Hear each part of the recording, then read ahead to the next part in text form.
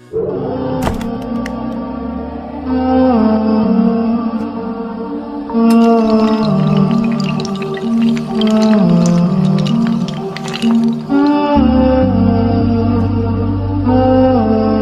تیمیہ تو اب خیر مر چکے ہیں، ان کے ماننے والوں کی نالج کے لیے میں بتا دوں کہ یہ کوئی اصول نہیں ہے کہ جس سے امام بخاری حدیث نہ لے تو وہ علم حدیث میں کمزور ہو جائے۔ اگر یہی آپ کے نزدیک اصول ہے کہ اگر کسی سے حدیث نہ لی جائے تو وہ حدیث میں ناکارہ ہے، حدیث میں کمزور ہے، یا اس کی مرویات میں، اس کی روایات میں شبہ ہے، تو پھر آئیے میں چند باتیں عرض کر رہا ہوں کہ امام بخاری شافعی مذہب کے ماننے والے تھے۔ کس مذہب کے پیروکار تھے؟ شافعی کے۔ امام شافعی کے مقلد ہیں، اور امام شافعی کے مقلد ہونے کے باوجود اپنی صحیح بخاری میں امام بخاری نے امام شافعی سے ایک حدیث بھی نہیں لکھی، ایک حدیث بھی نہیں لکھی۔ اب امام بخاری نے امام شافعی کی تقلید تو کی لیکن ان سے ایک بھی حدیث بخاری میں روایت نہیں کی، تو اس کا کیا مطلب؟ تو کہا جائے گا کہ امام شافعی بھی حدیث میں کمزور تھے، معاذ اللہ۔ دوسری چیز، امام بخاری کے استاد امام دارمی، بہت بڑے وقت کے امام ہے، سنن دارمی ان کی بہت بڑی مشہور حدیث کی کتاب ہے۔ امام دارمی سے امام بخاری نے پڑھا، حدیثیں سنی، مگر اپنی صحیح بخاری میں امام دارمی سے ایک حدیث بھی نقل نہیں کی۔ تو اب یہاں بھی آپ کیا الزام دیں گے کہ امام دارمی بھی حدیث میں کمزور تھے اور محدث نہیں تھے؟ پھر آئیے امام مسلم نے امام بخاری سے پڑھا، امام مسلم شاگرد ہے امام بخاری رحمۃ اللہ علیہ کے، لیکن جب امام مسلم نے اپنی صحیح مسلم لکھی تو صحیح مسلم نے ایک حدیث بھی امام بخاری سے نہیں لکھی۔ اب بتائیے، امام مسلم شاگرد ہونے کے باوجود امام بخاری سے ایک حدیث بھی روایت نہیں لے رہے ہیں، تو اس کا مطلب کیا؟ اب یہاں کہا جائے گا کہ امام بخاری بھی حدیث میں کمزور تھے، امام بخاری بھی حدیث میں ناکارہ تھے۔ پھر امام ابو داؤد نے امام بخاری سے ایک حدیث نہیں لی، حالانکہ امام ابو داؤد بھی امام بخاری کے شاگردوں میں ہیں۔ اور اگر حدیثوں کی تعداد کی بنیاد پر بات کریں، ابن تیمیہ نے کہا کہ امام جعفر سے لوگوں نے حدیث بھی لی تو بہت تھوڑی لی، یعنی تھوڑی لی، اس سے پتہ چلا کہ زیادہ نہیں لی تو مطلب وہ حدیثوں میں کمزور تھے، علم حدیث پہ مہارت نہیں تھی امام جعفر کی۔ تو تھوڑی لینا اگر کسی کے علم حدیث میں کمزوری کی دلیل ہے تو ابن تیمیہ کو معلوم ہونا چاہیے کہ حضرت سیدنا ابو بکر صدیق، حضرت عمر فاروق، حضرت عثمان غنی اور خود حضرت علی، چاروں کی حدیثیں ملا کر ایک طرف رکھ دی اور ابو ہریرہ کی حدیثوں کی تعداد ایک طرف دیکھیے تو کس کی تعداد زیادہ ہے؟ ابو ہریرہ کی۔ تو کیا ابو ہریرہ کی زیادہ تعداد کی بنیاد پر اب یہاں بھی آپ الزام دیں گے کہ حضرت علی کو بھی علم حدیث پر مہارت نہیں تھی، ابو بکر بھی علم حدیث میں ناکارہ اور کمزور تھے، ان کی حدیثوں میں بھی شبہ تھا، شک تھا، حضرت عمر کی بھی حدیثوں میں شبہ تھا؟ تو یہ ایک دم جاہلانہ اعتراض ہے۔ اب رہ گئے کہ امام جعفر پہ کذب کی تہمت لگانا ابن تیمیہ کا، کہ ابن تیمیہ نے کہا کہ امام جعفر صادق پر کذب کا طعن ہے، یعنی لوگوں نے ان کو جھوٹا قرار دیا۔ یہ خود ابن تیمیہ کا بہت بڑا جھوٹ ہے۔ ابن تیمیہ الزام لگا رہا ہے کہ امام جعفر پہ جھوٹ کی تہمت لگائی گئی، یہ تہمت کسی نے نہیں لگائی، اس کے لیے ایک بھی دلیل ابن تیمیہ نے اپنی کتاب منہاج السنہ میں نقل نہیں کی، بس ہوائی باتیں کی۔ پتہ چلا کہ جب وہابیوں کے بڑے بڑے ملا ایسی ہوائی باتیں کرتے تو آج وہابی اگر ہوائی باتیں کرے تو کیا تعجب کی بات ہے۔ ایک دلیل بھی نہیں دی اس نے، گویا کہ اس نے خود یہ جھوٹ گڑا کہ امام جعفر پہ جھوٹ کا طعن ہے۔ حالانکہ آپ اسماء و رجال کی کتابیں دیکھیں گے، بڑے بڑے اماموں کی امام جعفر صادق کے بارے میں رائے کیا ہے، میں چند رائے پیش کر رہا ہوں ورنہ ایک لمبا سلسلہ ہے۔ امام شافعی رحمۃ اللہ علیہ امام جعفر صادق کے بارے میں فرماتے ہیں کہ جعفر صادق ثقہ ہے، یعنی سچے راوی ہے، ان سے جھوٹ ثابت نہیں۔ یحییٰ ابن معین، یہ امام بخاری کے استاد ہے، امام بخاری نے ان سے بڑی حدیثیں لی کثرت سے۔ یحییٰ ابن معین کہتے ہیں کہ جعفر صادق ثقہ اور مامون ہے، یعنی ان کی حدیثیں محفوظ ہے اور یہ سچے راویوں میں۔ حضرت امام ابن ابو حاتم، بلکہ امام ابو حاتم تو ایک ایسا پیارا جملہ کہتے لوگوں امام جعفر صادق کے بارے میں کچھ پوچھا ہی مت کرا کرو۔ کیا مطلب؟ یعنی امام جعفر سے جو حدیث آ جائے تب اس کی تحقیق کی ضرورت ہی نہیں، امام جعفر صادق کا نام ہی آنا اس حدیث کے صحیح ہونے کی دلیل ہے۔ یہ حضرت امام ابو حاتم جو بہت بڑے محدث ہے، یہ بھی امام بخاری کے شیخ میں ہیں، یہ ان کی رائے ہے۔ حضرت امام ابن عدی رحمۃ اللہ علیہ فرماتے ہیں کہ امام جعفر کا شمار ثقہ راویوں میں ہوتا ہے۔ اللہ کے رسول کی حدیث ہے جس کے راوی حضرت جبیر ابن مطعم رضی اللہ تعالیٰ عنہ، بڑے جلیل و قدر صحابی ہے۔ الصواعق المحرقہ میں امام ابن حجر المکی الحتمی الشافعی رحمۃ اللہ علیہ صفحہ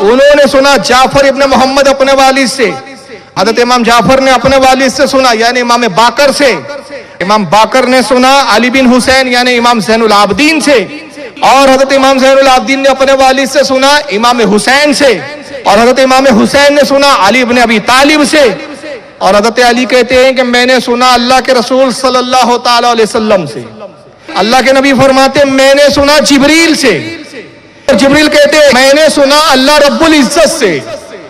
یہ ہے حدیث کی سند۔ آپ دیکھیے سند ہی سن کے آپ کی زبانوں سے سبحان اللہ نکلا، اور پھر اس سند کی میں خوبی بتاؤں گا تو وہابیت کتنا باطل فرقہ آپ کو احساس ہوگا اس کا۔ انہوں نے امام علی رضا نے سند بیان کی کہ میں نے اپنے والد موسیٰ کاظم سے سنا، حضرت موسیٰ کاظم نے اپنے والد امام جعفر صادق سے سنا، امام جعفر صادق نے اپنے والد امام باقر سے سنا، امام باقر نے اپنے والد امام زین العابدین سے سنا، امام زین العابدین نے اپنے والد امام حسین سے سنا، امام حسین نے اپنے والد حضرت علی سے سنا، حضرت علی نے رسول اللہ سے سنا، رسول اللہ کہتے ہیں میں نے جبریل سے سنا، جبریل کہتے ہیں میں نے اللہ پروردگار عالم سے سنا۔ بے شک اللہ نے ارشاد فرمایا لا الہ الا اللہ حسنی، اللہ فرماتا ہے کہ لا الہ جو کلمہ ہے یہ میرا قلعہ ہے۔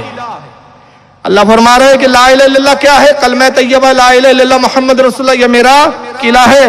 فمن قالها دخل حصنی، جس نے اس کلمے کو کہا اور اقرار کیا دل و جان سے، زبان سے کہا دل سے قبول کیا، وہ میرے قلعے میں داخل ہو گیا۔ اللہ فرماتا ہے لا الہ الا اللہ میرا قلعہ ہے، جس نے اس کو پڑھا، جس نے کہا اور اقرار کیا دل سے مان لیا وہ میرے قلعے میں داخل ہوا۔ وَمَن دَخَلَ حِصْنِي أَمَنَ مِنْ عَذَابِي، اور جو میرے قلعے میں داخل ہو گیا اس نے میرے عذاب سے امان پا لی۔ اب یہ حدیث تو یہاں مکمل ہو گئی۔ محدثین فرماتے ہیں کہ جب آپ نے یہ حدیث بیان کی لوگوں کی چیخیں نکل گئی، اور اس وقت جتنے لوگ قلم اور دواسط حدیث کو لکھ رہے تھے ان کی تعداد شمار کی گئی تو تقریباً 20,000 محدثین تھے جو اس حدیث کی روایت کو نقل کر رہے تھے۔ 20,000 لوگوں نے اس وقت اس حدیث کو حضرت امام علی رضا سے سن کر نقل کیا، اور وہ خود اس حدیث کے راویوں میں شمار ہوئے گویا۔ اب اس کو لکھا کس نے؟ پہلے حوالے سن لیں، پھر اس کے بعد میں ایک بڑی پیاری بات عرض کروں گا۔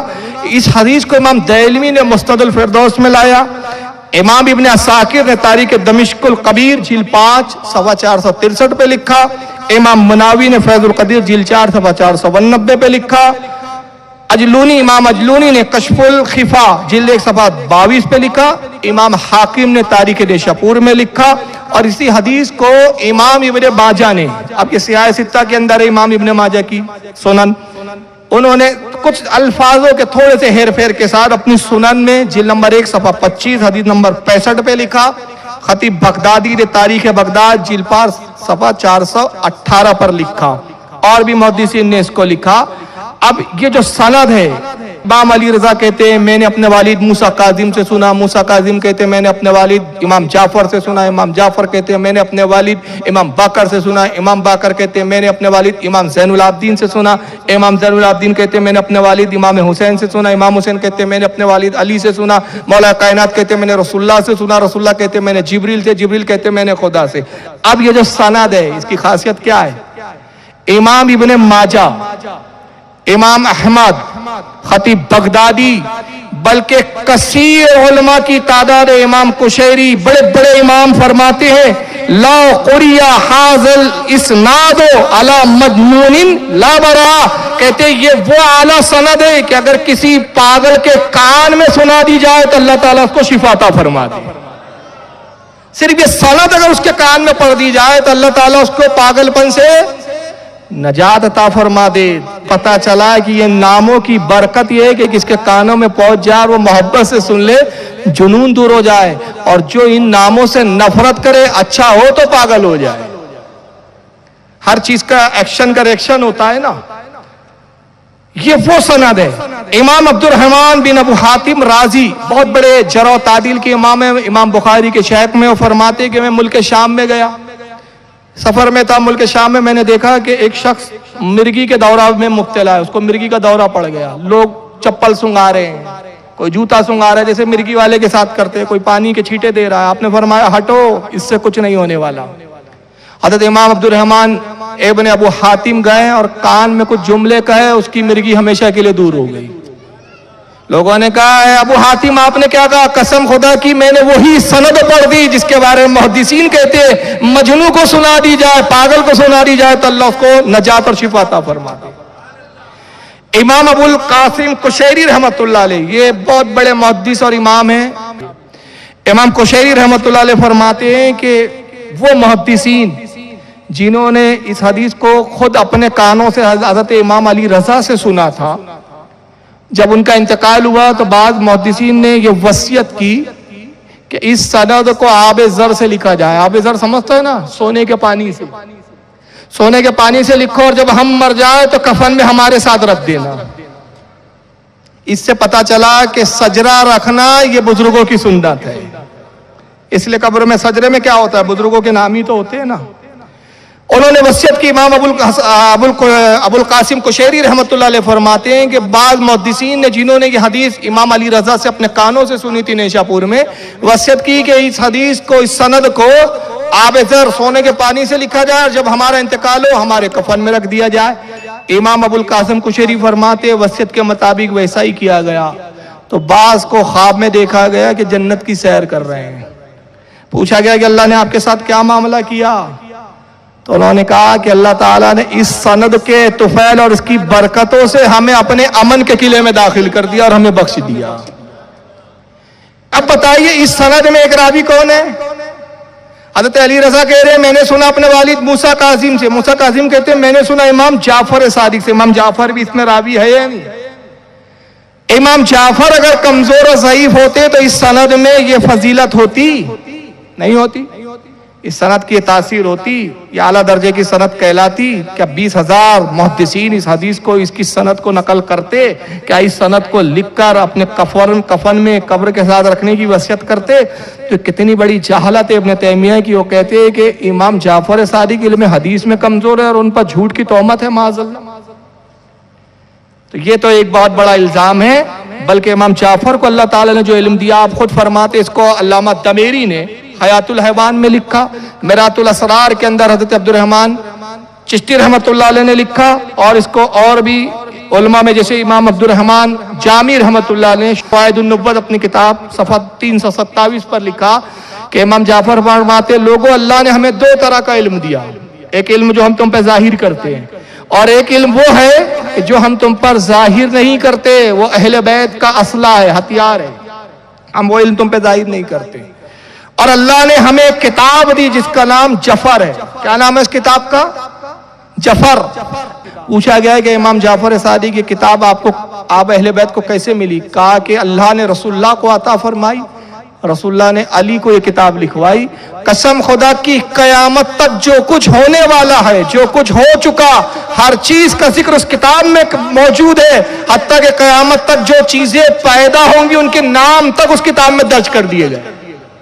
یعنی اگر آج کمپیوٹر ایجاد ہو رہا ہے تو اس کتاب میں لفظ کمپیوٹر بھی موجود ہے، موبائل آج کی ایجاد ہے اس میں موجود ہے۔ تو یہ علوم و فنون تھے امام جعفر صادق کی۔ یہی وجہ ہے کہ جب بھی کسی نے آپ سے مناظرہ کیا تو امام جعفر صادق رضی اللہ تعالیٰ عنہ نے وہ دلائل کے انبار لگائے کہ انسانی عقل جہاں دم توڑتی ہے امام جعفر صادق کے دلائل شروع ہوتے ہیں۔ اس تعلق سے میں دو بڑے بہترین واقعات آپ کی بارگاہ میں عرض کر رہا ہوں۔ ایک شخص امام جعفر کے پاس آتا ہے جو خدا کے ماننے کا قائل نہیں ہے، وہ خدا کو نہیں مانتا، دہریہ ہے، کمیونسٹ ہے۔ آنے کے بعد کہتا ہے کہ جعفر صادق آپ اللہ پہ یقین رکھتے ہیں؟ آپ نے کہا بے شک، ساری کائنات کا چلانے والا پروردگار ہے۔ پھر اس نے اپنے جیب سے ایک شیشی نکالی، کہا پھر آپ کا پروردگار جب ساری کائنات کو چلا رہا ہے، اتنا طاقتور ہے، اتنا قوی ہے، تو وہ ہر چیز پر قادر بھی ہوا؟ کہا بے شک وہ قادر ہے، قرآن میں وہ خود فرماتا ہے ان اللہ علی کل شیء قدیر، اللہ ہر چاہے پر قادر ہے۔ اور تو شیشی نکالی اور کہا کہ جعفر صادق بتائیے کیا اللہ اس پر قادر ہے کہ یہ آسمانوں کو، ساتوں آسمانوں کو اس شیشی کے اندر ڈال دے؟ ایک چھوٹی سی شیشی اس نے دکھائی، کہا کہ کیا آپ کا اللہ قادر ہے کہ شیشی میں آسمانوں کو ڈال دے؟ تو یقیناً ہم مسلمان ہیں تو ہم یہی کہیں گے ہاں اللہ قادر ہے، کیونکہ ہمارا یقین ہے۔ تو امام جعفر نے بھی وہی جواب دیا، لیکن اب سوال میں جب پیچیدگی آئی تو ہمارا علم دم توڑ دیں گا۔ جہاں لوگوں کے علم ختم ہو جاتے اماموں کے علم کی ابتدا ہوتی ہے۔ بلکہ ہمارا علم اماموں کے علم کے سامنے کیا ہے؟ اگر اماموں کا علم سمندر مانے تو ہمارا علم قطرے کے برابر بھی نہیں. یہ ہمارے علم کی حیثیت ہے. تو آپ نے کہا بے شک میرا رب قادر ہے کہ آسمان کوئی شیشی میں ڈال دے. کہا ہے جعفر صادق کیا اللہ اس پر بھی قادر ہے کہ آسمان شیشی میں ڈالے مگر شیشی بڑی نہیں ہونی چاہیے اور آسمان چھوٹے نہیں ہونے چاہیے؟ اب بتائیے اس کا جواب دینا آسان ہے. آپ نے کہا بے شک اللہ اس پر بھی قادر ہے. کہا کہ جعفر میں اللہ پہ یقین نہیں رکھتا, مجھے وہ دلیل دیجئے جو میری سمجھ میں آئے. آپ قرآن سنائیں گے میں نہیں اس کو قبول کروں گا, اس لیے کہ جب میں اللہ کو نہیں مانتا تو قرآن کو کیوں مانوں؟ کیا اللہ اس پر بھی قادر ہے کہ آسمان شیشی میں ڈالے تو شیشی بڑی نہیں ہونا چاہیے اور آسمان چھوٹے نہیں ہونا چاہیے؟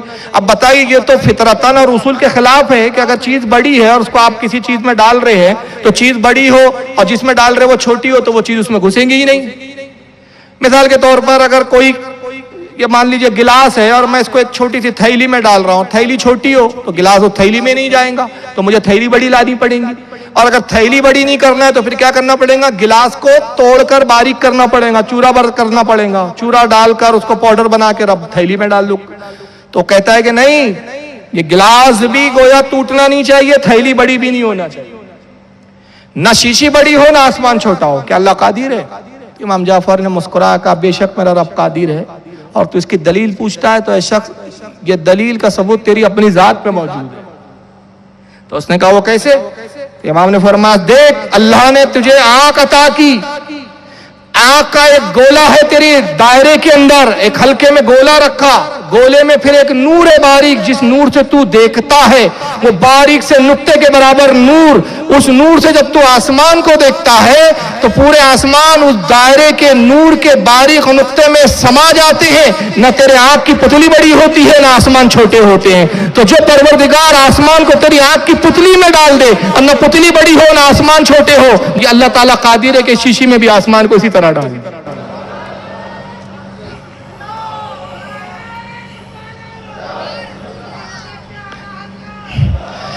بتائیے کتنی بہترین دلیل سے پریکٹیکلی طور پر سمجھا دیا. ہم دیکھتے ہیں اور ساتوں آسمان ہماری آنکھوں کے بینائی میں سما جاتے ہیں. تو امام جعفر نے بڑی بہترین انداز میں اس کو دلیل دیتے فرمایا کہ میرا رب جب قادر ہے کہ تیری آنکھ کی چھوٹی سی پتلی میں پورے آسمان سما جائے, نہ آسمان چھوٹے ہو نہ آنکھ کی پتلی بڑی ہو, قادر ہے کہ شیشی بڑی بھی نہ ہو آسمان چھوٹے بھی نہ ہو اور شیشی میں سما دیے جائے. ایک شخص آتا ہے جس کا نام تھا ابو شاکر. یہ امام جعفر صادق کے زمانے میں آپ کا بہت بڑا حریف تھا, دشمنی رکھتا تھا, امام جعفر کے علم سے بڑا جلتا تھا, آپ کی شہرت سے بڑی اس کو جو ہے چڑ تھی. ایک مرتبہ ابو شاکر آیا اور یہ بتوں کا پجاری تھا, خدا کے وجود کا قائل نہیں تھا. آنے کے بعد کہتا بیٹھا ابو شاکر اور کہا کہ جعفر صادق اگر آپ اجازت دے تو میں کچھ سوال کروں. تو امام جعفر کے کچھ شاگرد بھی بیٹھے ہوئے تھے, آپ نے فرمایا پوچھو. اس نے کہا کہ امام جعفر صادق آپ جانتے ہیں کہ 5 چیزیں ہیں جس کی وجہ سے ہم چیزوں کو سمجھتے اور جانتے ہیں. اس کو کہتے ہیں حواس خمسہ. خمسہ عربی میں 5 کو کہتے ہیں. 5 کون سی چیزیں جس کی وجہ سے ہم کسی چیز کو جانتے اور اس کا ادراک کرتے ہیں؟ پہلی چیز ہے دیکھ کر. کسی چیز کو ہم دیکھ کر جانتے ہیں کہ بھئی ہاں یہ چیز ہے, یہ پہلی چیز. دوسری چیز سن کر, دیکھا نہیں تو کم سے کم اس کو کانوں سے ہم سنتے ہیں, اس چیز کی آواز سنتے ہیں تو اس آواز سے ہم جان لیتے کہ یہ چیز کا وجود ہے. تیسری چیز کیا ہے؟ تیسری چیز ہے چھو کر. کسی چیز کو اگر ہم دیکھ نہیں پا رہے سن نہیں پا رہے ہیں تو چھو کر. نابینا لوگ چھو کر ہی چیزوں کا احساس کرتے ہیں. چوتھا چکھ کر. چکھ کر بھی ہم چیز کو پتا کرتے ہیں. کسی کی آنکھ بند ہو اور آپ اس کو زبان میں کوئی چیز چکھا دے تو چکھ کر بتا دیں گا کہ بھئی یہ مٹھائی ہے کہ نمک ہے کہ شکر ہے کیا ہے. چکھ کر ہم اس چیز کی وجود کو جانتے ہیں. اور 5ویں چیز ہے سونگھ کر. ہم ناک سے سونگھ کر جانتے ہیں. تو یہ کہلاتے ہیں حواس خمسہ. کہا کہ ہر چیز حواس خمسہ کے ذریعے جانی جاتی ہے, مگر آپ جعفر صادق اس خدا کی طرف بلاتے ہیں جس کو نہ ہم دیکھ سکتے ہیں, چھو بھی نہیں سکتے, سونگ بھی نہیں سکتے اور نہ اس کی آواز سنائی دیتی ہے ہم کو, اس کو چھو بھی نہیں سکتے. تو اس خدا پر میں ایمان کیوں کر لاؤں نہ جس کو میں چھو سکتا ہوں نہ دیکھ سکتا ہوں. ذرا سوال کی پیچیدگی سنیے اس کی. اس کو میں چھو بھی نہیں سکتا, دیکھ بھی نہیں سکتا, اس کی آواز کو سن بھی نہیں سکتا, اسے سونگ بھی نہیں سکتا, اسے چکھ بھی نہیں سکتا, تو جب میں ان پانچوں حواس سے اس کو جان ہی نہیں سکتا تو میں اس بے دیکھے بے وجود خدا پر ایمان کیوں لاؤں؟ تو میں اس خدا پر کیوں نہ ایمان لاؤں کہ جسے میں چھوتا بھی ہوں؟ میں اپنے پتھر سے ایک بت تراشتا ہوں، اگرچہ وہ پتھر بے عینی خدا نہیں ہے، مگر کم از کم خدا اس میں حلول ہے، یہ تو مجھے احساس ہوتا ہے کہ میرا خدا ہے، میں اسے چھو سکتا ہوں، اسے سونگھ سکتا ہوں، اسے چکھ سکتا ہوں۔ اگرچہ وہ کہتا نہیں ہے لیکن اسے ہلاؤ ڈلاؤ تو کچھ آوازیں پیدا ہوتی ہے، وہ آواز سن تو سکتا ہوں۔ تو میں اس خدا کو کہ جس کو میں دیکھ رہا ہوں، چھو رہا ہوں، اسے چھوڑ کر اے جعفر صادق آپ کے اس خدا پر کیوں کر ایمان لاؤں کہ جو نہ نظر آئے، نہ سونگا جائے، نہ دیکھا جائے، نہ چھوا جا سکے؟ یہ اس نے ایک پہلا اعتراض کیا۔ اور دوسرا اس نے اعتراض یہ کیا، کہا کہ دنیا میں جو کچھ ہو رہا ہے یہ خود بخود ہو رہا ہے، کوئی خدا کا وجود نہیں ہے، یہ سب نیچر ہے۔ گھاس خود بخود اگ جاتی ہے، کیا گھاس کو کوئی اگاتا ہے؟ گھاس کی کوئی فصل پیدا کرتا ہے؟ تو گھاس خود اگ جاتی ہے۔ یہ دلیل ہے اس بات کی کہ جب گھاس زمین سے خود اگتی ہے تو دنیا میں جو کچھ ہو رہا ہے یہ خود بخود ہو رہا ہے۔ چاند و سیارے اپنے آپ میں گردش کر رہے ہیں، کوئی گردش کرانے والا کوئی ذات اور کوئی وجود نہیں ہے۔ اور پھر تیسرا اس نے امام جعفر پہ حملہ کیا اور کہ جعفر یہ جو کچھ آپ نے ایک خدا کے وجود کا معاملہ پیش کیا اور کہتے ہیں کہ پیغمبر نے ایک خدا کو دیکھا، نبیوں نے دیکھا، تو یہ سب پیٹ پالنے کی باتیں ہیں۔ آپ مال کمانا چاہتے اس ذریعے سے تاکہ ایک بے دیکھے خدا کی طرف لائیں اور لوگ آپ کی اول فول بات کو سنیں اور مان لیں۔ یہ کیسا خدا ہے کہ جس کو دیکھنے والا ایک ہی انسان ہوتا ہے، ایک ہی پیغمبر نے دیکھا، باقی کسی نے نہیں دیکھا؟ اور اس کی بھی کیا دلیل ہے کہ اس پیغمبر نے دیکھا تو وہ صحیح ہے کہ جھوٹ ہے؟ اس نے اعتراضات کیے، امام جعفر صادق سنتے رہے۔ جب وہ خاموش ہو گیا تو آپ نے کہا تیرے کچھ اور اعتراض ہو تو وہ بھی بیان کرو۔ اس نے کہا نہیں، بس جو کچھ کہنا تھا میں کہہ چکا۔ تو آپ نے فرمایا اب اطمینان سے سن، میں گفتگو وہاں سے شروع کرتا ہوں جو تیرا آخری مجھ پر اعتراض تھا کہ تو کہتا ہے کہ میں نے جو کچھ یہ باتیں کی اور یہ جو کچھ میں کہتا ہوں، لوگوں کو بتاتا ہوں، ایک خدا کی طرف بلاتا ہوں، یہ سب مال کمانے کے لیے کرتا ہوں۔ بخدا تو نے میرے ساتھ دوپہر کا کھانا کھایا اور دیکھا کہ میں نے سوکھی روٹی پانی میں بھگو کر کھائی ہے۔ اگر تو رات میرے ہاں قیام کر تو دیکھیں گا کہ میری رات کی بھی غذا کیا ہوتی ہے۔ تو نے میرے لباس کو بھی دیکھا کہ میں معمولی لباس پہنتا ہوں، میرے گھر کو بھی دیکھا کہ میں معمولی سے گھر میں رہتا ہوں۔ باخدا اگر مجھے دولت کی لالچ ہوتی، دولت سے محبت ہوتی تو میں جواہر کا ہیرے جوہرات کا تاجر ہوتا۔ کہ قسم خدا کی پتھروں کی شناخت اور پتھروں کے بارے میں جتنا میں جانتا ہوں اس وقت روئے زمین پر کوئی نہیں جانتا۔ میں ہیروں کی تجارت کرتا اور مال کماتا، میں کسی سے تحفہ قبول نہیں کرتا۔ ہاں، صرف ایک دوست ہے میرا جو مجھے مکہ سے کچھ باغ کے اپنے انگور بھیج دیتا ہے اور میں اس لیے وہ قبول کر لیتا ہوں کہ اس کو برا نہ لگے۔ تو اے ابو شاکر، تو نے جو مجھ پہ یہ الزام لگایا، باخدا یہ الزام ہے اور میں اس سے بری ہوں۔ اب تیرے سوال کی جواب سن۔ تو کہتا ہے کہ میں اس خدا پر کیسے ایمان لاؤں کہ جو دکھائی نہیں دیتا، جس کو میں چھو نہیں سکتا، جس کو سونگ نہیں سکتا، جس کی آواز کو میں سن نہیں سکتا، جسے میں محسوس نہیں کر سکتا۔ تو یہ بتا کہ تیرے جسم کے اندر جو خون ہے جو گردش کر رہا ہے اور چند منٹوں میں یہ خون پورے جسم میں گردش ایک چکر مکمل کر لیتا ہے، کیا تو اس خون کو محسوس کر سکتا ہے؟ کیا اس کو تو سونگتا ہے؟ کیا اس خون کو تو چھو سکتا ہے؟ کیا اس خون جو تیرے جسم کے اندر روا دوا ہے، کیا تجھے اس کے گھومنے کا گردش کا احساس ہے؟ ابو شاکر نے کہا نہیں۔ کہا جب تیرے اپنے وجود میں ایسی چیز اللہ نے پیدا کی کہ جس کو تو سونگ بھی نہیں پا رہا ہے، چھو بھی نہیں پا رہا ہے، دیکھ بھی نہیں پا رہا ہے، مگر اس کا وجود ہے، یہ یقین ہے، تو جو ایسی شے تیری ذات میں پیدا کر سکتا ہے یقیناً وہ خدا موجود ہے۔ آپ خون کو سونگ سکتے ہیں؟ ہمارے جسم کے اندر کے خون کی بو ہمیں محسوس نہیں ہو رہی، ہم اپنے ہی خون کو نہیں سونگ پاتے، اپنے ہی خون کو چھو نہیں پا رہے، اس کا احساس ہمیں نہیں ہو رہا ہے، نہ اس کو ہم سونگ رہے ہیں، نہ چھو رہے ہیں، نہ دیکھ رہے ہیں، نہ اس کی آواز کو سن رہے ہیں۔ وہ گردش کر رہا ہے تو کیا گردش کی آواز ہمارے کانوں میں محسوس ہو رہی ہے؟ نہیں۔ تو جس پروردگار نے ہمارے وجود میں ایسی شے رکھ دی تو وہ قادر ہے کہ اس کو نہ سونگا جائے، نہ دیکھا جائے، نہ چھوا جائے، مگر اس کی ذات موجود ہو۔ پھر آپ نے فرمایا کہ ابو شاکر تو جانتا ہے تیرے جسم کے اندر کتنی مخلوقات ہیں؟ اس نے کہا میں نہیں جانتا۔ کہا قسم خدا کی تیرے جسم کے اندر ہزاروں مخلوقات ہیں جو ہر لمحہ پیدا بھی ہوتی ہے اور ہلاک بھی ہوتی ہے۔ اب دیکھیے امام جعفر نے اس زمانے میں کہا تھا، آج سائنس نے پروف کیا کہ انسان کے جسم میں